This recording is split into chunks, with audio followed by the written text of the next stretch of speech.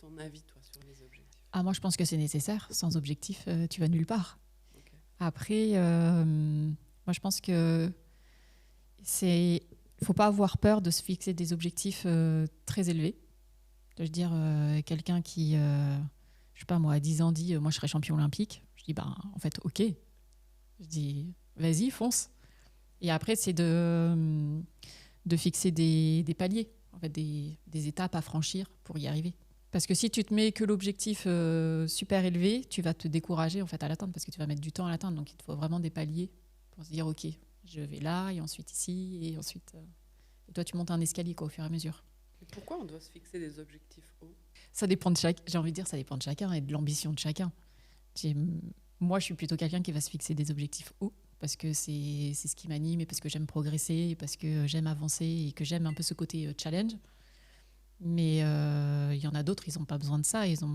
L'objectif, il peut être, je sais pas, simplement développer son activité dans sa ville ou devenir champion départemental et puis ça me va très bien d'être là enfin, voilà. Ou réussir mon examen je sais pas moi, de violon, avoir mon diplôme en médecine, faire réussir la première année de médecine, par exemple. Je veux dire, tu peux faire médecine parce que tu veux être médecin généraliste et tu peux faire médecine parce que tu veux être neurochirurgien. L'objectif n'est pas le même. Ceux qui ont un esprit un peu de compétition, de challenge, etc., s'ils ne se mettent pas un objectif haut à atteindre, derrière, c'est compliqué de...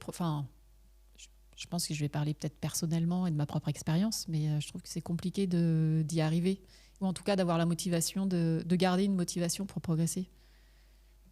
Moi, j'aime bien me dire, je vais arriver là, et puis je sais que pour y arriver, je dois faire X choses, et je l'ai fait, et du coup, ça me permet de cocher les cases.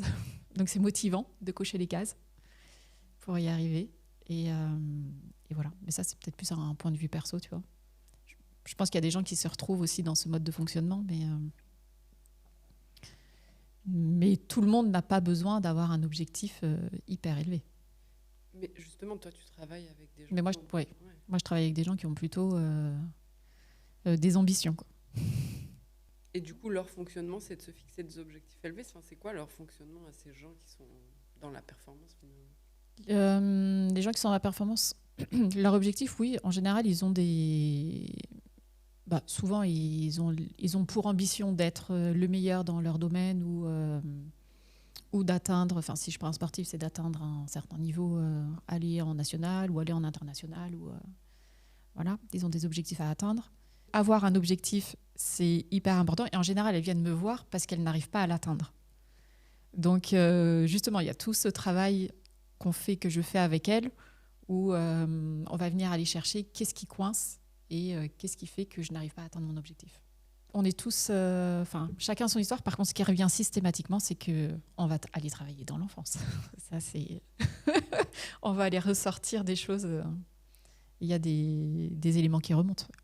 Pourquoi? Parfois, parce qu'au fur et à mesure qu'on se construit, on se met des barrières, en fait. Au fur et à mesure, tu vois, des expériences de vie, de l'éducation que tu reçois, tu te mets des barrières. Il y en a pour qui l'argent, ça va être sale. Parce qu'on les a éduqués dans cette dimension-là. Et si tu montes un business et que tu veux gagner vraiment très très bien ta vie et tu vois que tu vas atteindre un certain niveau, si tu considères que l'argent est sale, t'étonnes pas de ne pas atteindre ton objectif. Clairement, il y a un problème, tu vois. Et est-ce que parfois se fixer des objectifs, ça peut nous drainer de l'énergie? Oui, si l'objectif, se fixer un objectif, ça peut drainer de l'énergie si l'objectif est mal calibré ou si tu n'as pas mis en place les étapes que tu dois franchir pour atteindre ton objectif. À ce moment-là, en fait, il devient presque inatteignable et là, ça te draine toute ton énergie, tu te démotives. Il y a une démotivation qui est assez importante qui se met en place. L'obsession du résultat. Alors ça, c'est un sujet que je connais bien parce que je l'ai moi-même expérimenté. Et pour la petite anecdote, tu vois, je commençais la compétition en danse de couple. Et j'étais dans une école assez performante avec un entraîneur qui était, mes entraîneurs, qui étaient vice-champion du monde et champion du monde de danse latine et danse de bal. Donc, un certain niveau quand même. Ça, je ne le savais pas quand je suis arrivée dans le club. Ça, je l'ai découvert après. Et quand on est sorti en compétition, alors on a réussi à atteindre l'objectif d'être en finale, ce qui était déjà pas simple, mais c'était l'objectif que l'entraîneur nous avait donné. Sinon, il ne nous lâchait pas en compétition. Donc on arrivait à atteindre cet objectif, mais à chaque fois, on était dernier ou avant-dernier de finale. Et tu vois, en finale, en danse de couple, on est entre 6 et 7 sur la piste. 6 et 7 couples. Toi, et en demi-finale, avant, tu es 14. 14 couples. Et après, en finale, on n'est plus que 7 ou 6. Ça dépend. Et donc, tu vois, c'est quand même... moi, je dis la danse, c'est un champ de bataille. Hein. Tu rentres, c'est lâcher de fauve. C'est vraiment ça. Et la notation, tu vois, sur la danse, c'est... alors, tu as ta notation technique, mais c'est surtout plus tu vas être... plus tu vas avoir une aura, en fait, plus tu vas rayonner, plus tu vas capter l'attention des juges, plus ils vont te regarder, ils vont te noter. Et du coup, comme tu captes leur attention, ils n'ont pas assez de temps pour regarder les autres couples et les noter. Donc, il y a une stratégie qui est... toi qui es là. Donc, ta présence sur la piste, c'est primordial. Et en fait, moi, j'étais dans une obsession du résultat. Tu vois, il fallait absolument qu'on soit en finale. Et puis, je voulais absolument être championne et progresser et machin. Enfin, tu vois, j'étais vraiment obsédée par ça et je m'en étais pas rendu compte. Tu vois, j'avais pas vraiment cette conscience. Et du coup, au fur et à mesure qu'on avançait dans les compétitions, et ça a duré 3 mois avant que je craque, au fur et à mesure qu'on avançait dans les compétitions, j'avais une frustration qui augmentait. Et forcément, tu es dans une frustration. Qu'est-ce qui se passe? Tu es dans une énergie un peu d'énervement, de colère, donc pas la bonne énergie.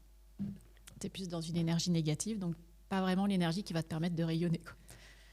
Et arrive cette fameuse compétition, donc au bout de 3 mois, où franchement de frustration, mais j'en pleure. Et c'est la première fois de ma vie que je pleure à une compétition, alors que je fais de la compétition depuis que j'ai 5 ans. Donc tu vois, je suis habituée, quoi. Et là, j'en pleure et je me dis clairement... je me regarde, tu vois, intérieurement, je me regarde et je me dis, non mais t'es dingo, quoi. Tu vas pas pleurer pour une compétition. Tu vois, c'est juste une compétition. C'est fondamentalement, il n'y a pas de raison de se mettre dans des états pareils. Et à ce moment-là, tu vois, je me repose la question intérieurement. Je me dis, mais en fait, pourquoi tu danses? Qu'est-ce que tu viens faire là, quoi? Vraiment, qu'est-ce que je viens chercher? Et les réponses, pour moi, ça a été tout de suite, en fait, j'y viens parce que ça me fait plaisir, parce que je kiffe quand je danse, tu vois, j'ai des sensations de dingue, parce que j'aime le contact avec le public, et j'y vais clairement pour me faire plaisir. Et à partir du moment où je reconnecte à ça, tu vois, à cette dimension de plaisir, je lâche, en fait, ma frustration disparaît, je lâche le résultat, j'en ai vraiment plus... Et en plus, fondamentalement, j'en ai vraiment plus rien à faire du résultat. Je me dis, l'objectif principal pour moi, c'est de profiter du moment et de kiffer du moment. Et à ce moment-là, la compétition suivante, on est premier. Et là, tu vois, tu as une dimension qui, tu te dis, ben oui, effectivement, dès que tu es dans une énergie positive, tu rayonnes et t'impactes tout de suite, quoi. Et comment tu arrives à transmettre ça à tes clients? Alors ça, c'est tout un travail. Alors c'est un travail que je fais avec eux. Je vais travailler en sophrologie déjà pour remettre de la conscience dans... déjà, remettre la respiration en place. Tu vois, parce que la respiration, c'est l'élément, on va dire, naturel qui nous permet de gérer nos émotions, en réalité. Parce que dès que tu es en stress, tu te remets dans une respiration abdominale et tout de suite, ça redescend. Donc la respiration, c'est fondamental. Et aujourd'hui, d'ailleurs, il y a beaucoup on le voit, il y a beaucoup de personnes qui travaillent qui développent leurs activités sur la respiration, principalement. Donc la respiration, c'est hyper important. Et après, tu vois, en sophrologie, on a différents degrés. Il y a un degré, tu vois, on va travailler la connexion entre le corps et l'esprit. Et donc remettre cette communication entre les deux. Après, tu as on va faire un autre travail qui est aussi prendre conscience de son enveloppe corporelle, tu vois, de moi à l'intérieur et le monde extérieur, et vraiment remettre cette différence entre l'extérieur et l'intérieur. Tu vois, sur les gens, les personnes hypersensibles, par exemple, c'est souvent une barrière qui n'est pas nette.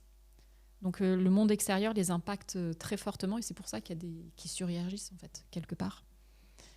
Et donc, surtout, principalement avec ces gens-là, je vais beaucoup travailler là-dessus, sur justement remettre cette conscience du corps, tu vois, comment on appelle ça, ton espace vital, tu vas avoir conscience de ce qui est ton espace vital. Et puis après, tu as un 3e degré où on travaille sur l'énergie. Donc la boucle, l'énergie du corps et comment on la fait circuler à l'intérieur de soi. Et donc, toi, la sophrologie, c'est intéressant parce que c'est tout un travail d'écoute de soi et d'écouter ce qui se dit à l'intérieur de nous. Parce que, tu vois, tu vas te rendre compte, il y a plein de gens, je ne sais pas, peut-être toi aussi, moi, je suis aussi passée par là, où on a un discours interne qui est catastrophique. Je pense qu'on est les plus mauvais juges. Enfin, on se parle parfois tellement mal. Et donc, tu vois, il y a tout un travail pour justement apprendre à s'aimer, changer ce discours interne qu'on a sur soi. Donc ça, voilà, ça c'est tout ce que me permet la sophrologie. Et après, en dépolarisation, donc avec la reprogrammation mentale, on travaille sur remettre les émotions à l'équilibre, faire chuter quand il y a des choses qui nous ont impacté très négativement ou au contraire très, très positivement. Tu vois, on va être dans une euphorie, mais en fait, on n'est pas juste, on n'est pas bien placé. Donc, refaire descendre, remettre à l'équilibre, voir les choses différemment, penser différemment.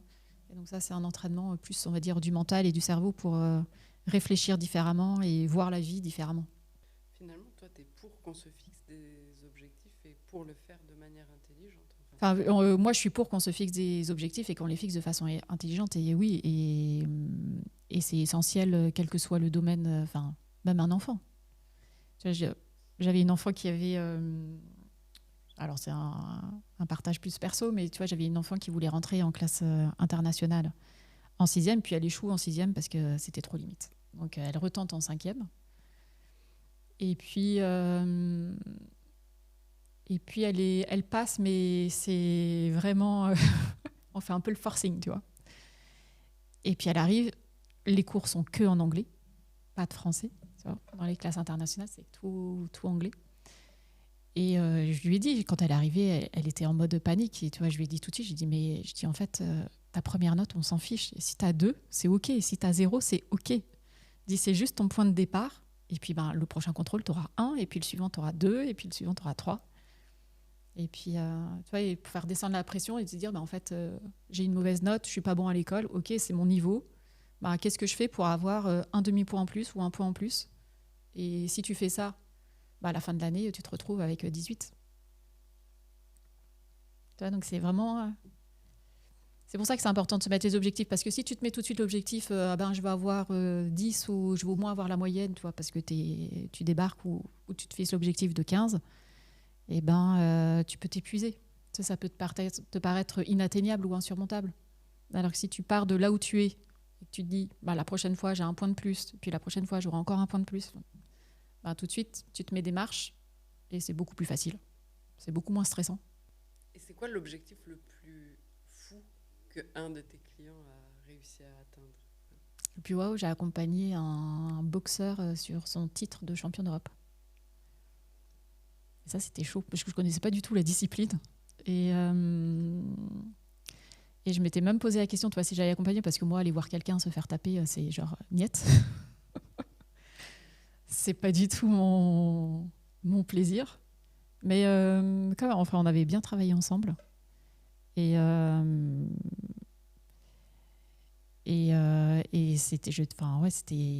c'était chouette de le voir atteindre son objectif, parce que c'est des objectifs qui sont difficiles à atteindre. En fait, ils ont différents combats à faire. Enfin, je me souviens plus trop, mais ils ont X combats à faire et ils doivent gagner tous les combats, en fait. Donc et tu vois, et quand on avait travaillé ensemble, et puis la veille, enfin, genre une semaine avant le combat, le dernier combat qui lui donnait le titre, la personne a annulé le combat. Parce qu'elle ne pouvait pas venir, je sais pas quoi. Donc en fait, ça a reporté le combat à 6 mois, je crois, un truc comme ça. Donc tu vois, il faut encaisser. Toi, tu es en train de gagner tous tes combats. Ton dernier combat, le gars, il annule. Tu te dis, c'est chaud, quoi. Parce que toi, tu es dans une dynamique. Là, d'un seul coup, il faut que tu refasses tu recalibres ton mental pour être prêt dans 6 mois. Et il a réussi. Et il a réussi. Ouais. Donc il est devenu champion d'Europe. Si je suis chef d'entreprise, comment je peux travailler avec toi? Sur le... oui, si je suis chef d'entreprise... si tu es chef d'entreprise... On va travailler ensemble en fait sur l'atteinte de ces objectifs. L'objectif que tu veux atteindre et que tu n'arrives pas à atteindre pour X raisons. Et en fait, justement, on va aller chercher qu'est-ce qui fait que tu n'arrives pas à atteindre ton objectif. Quel est le plafond de verre qui est en place et qui t'empêche d'aller là où tu as envie d'aller.